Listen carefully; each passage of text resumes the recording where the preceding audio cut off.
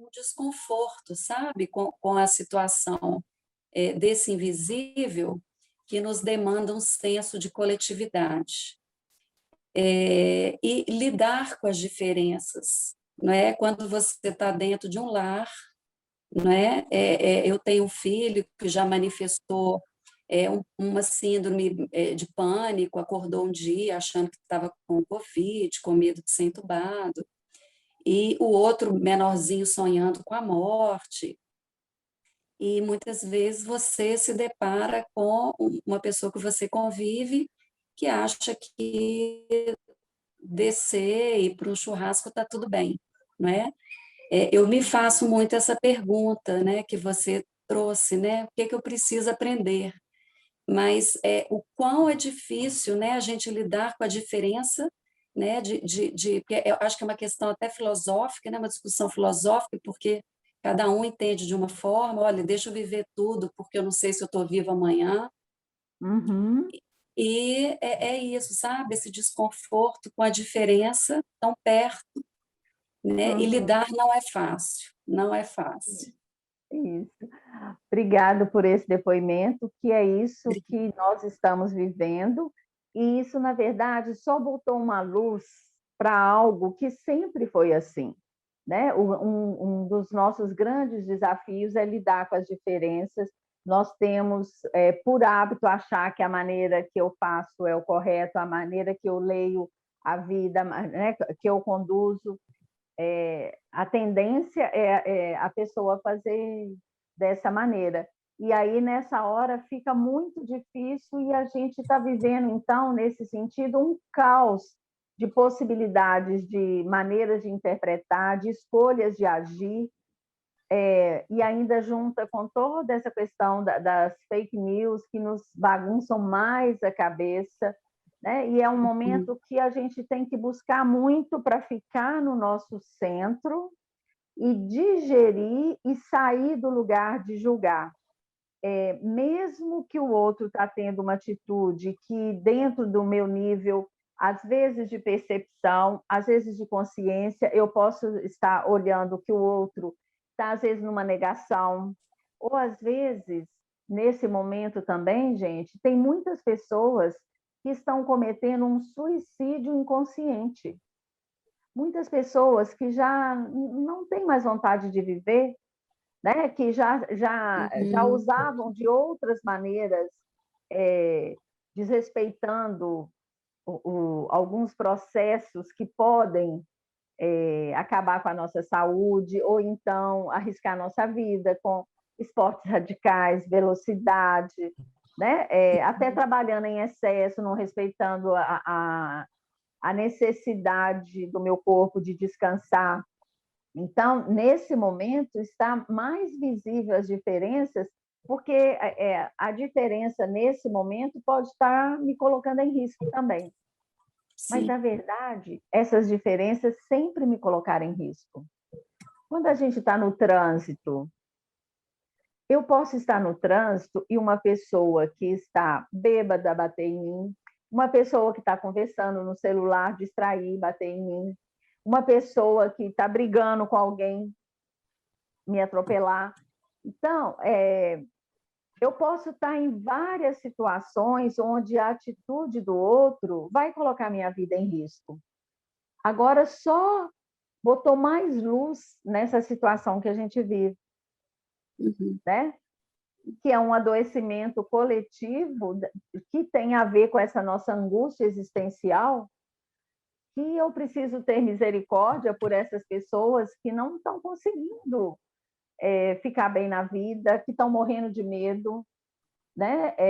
Às vezes o medo da pessoa da morte é tão grande que ela acaba antecipando esse momento.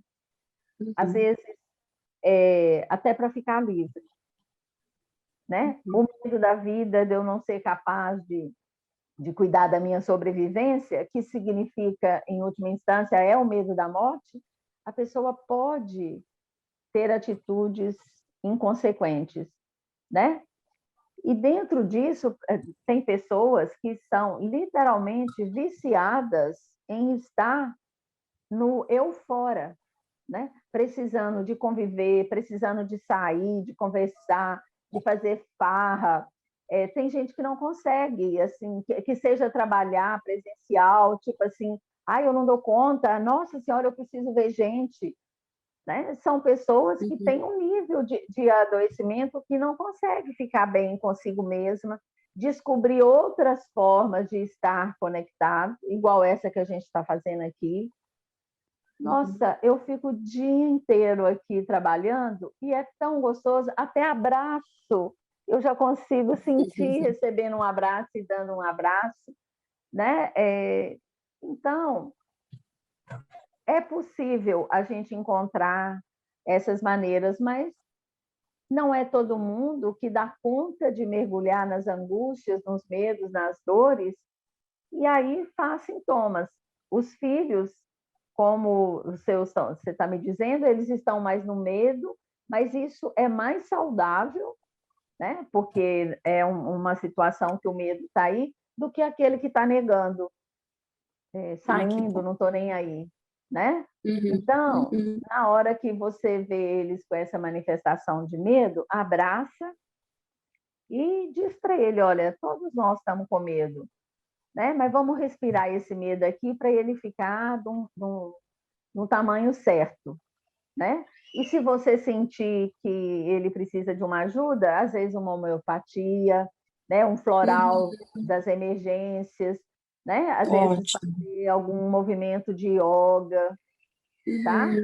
E se precisar, se chegar num quadro maior, até uma medicação mesmo nesse momento de emergência. Sim. Tá? Se for uma coisa que tiver grande demais, às vezes pode ser motivo até de uma constelação, às vezes acordou uma memória de alguém que está conectado com medo de alguém que já morreu, né? Sim. Porque eu sintonizo, né? E o pequeno que Verdade. está tendo sonhos, essa dica é para todo mundo, gente. Assim, essa dica sobre sonhos. Quando eu estou tendo um pesadelo, e eu posso também fazer isso com sonhos lúcidos, mas quando estou tendo pesadelo, principalmente criança, quando acordar, né, a criança não dá conta nem de fechar os olhos de novo. Você vai dizer para ela, então agora vamos continuar o sonho com olhos abertos até ele ficar bom. E você vai ajudando a ele. Vamos, como é que é mesmo o sonho que ele teve? Ele falou que sonhou que todo mundo tinha morrido. Todos nós aqui de casa tínhamos morrido. Uhum. Então, aí você pode dizer para ele, então agora é um sonho, vamos entrar nesse sonho e vamos fazer ele ficar bom. Ótimo. No sonho estava aparecendo que todo mundo morreu. Então, agora veja o que acontece, alguém que vem salvar a gente desse seu sonho. Né? Aí, normalmente, vem uma imagem, ele fala assim, olha, eu descobri que eu estava sonhando no sonho, está todo mundo vivo, por exemplo. Chegou um super-herói aqui e fez uma mágica, acordou todo mundo. O que seja que vier na cabeça dele. Se ele não conseguir, se ele tiver com muito medo, você pode ajudar. Você fala, se esse sonho fosse meu, eu ia buscar esse recurso aqui agora e ele ia ficar bom. Ótimo. Entendeu? Né? Então, por quê? A nossa mente, ela não separa o que é fantasia, o que é realidade. Né? Por isso que a gente trabalha nesse campo que eu posso chamar de fantasia ou de realidade paralela, da constelação, da regressão, e a gente transmuta a história e isso cria uma cura, uma calma dentro de mim. Então, quando você continua o sonho, a mesma coisa. Tá bom? Ótimo. Obrigada. Um prazer, Beatriz. Igualmente.